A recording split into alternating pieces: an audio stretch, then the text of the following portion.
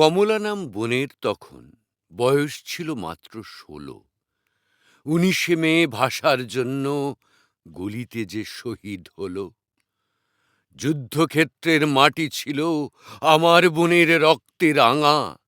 ডোবার আগে বাংলা ভাষা পা রাখার তাই পেল ডাঙা।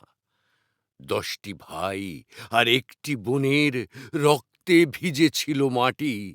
ভাষার জন্য তাঁদের মনে ভালোবাসা ছিল খাঁটি। শিলচরের সেই রেল স্টেশনে শহীদ বেদি আজও আছে। হু হু করা ঢেউ বয়ে যায় বরাকের ওই বুকের মাঝে। ফেব্রুয়ারির ২১ তারিখ মানুষ করে বুকে লালন। সেই মর্যাদায় ১৯শে মে বাংলায় আজ হয় না পালন।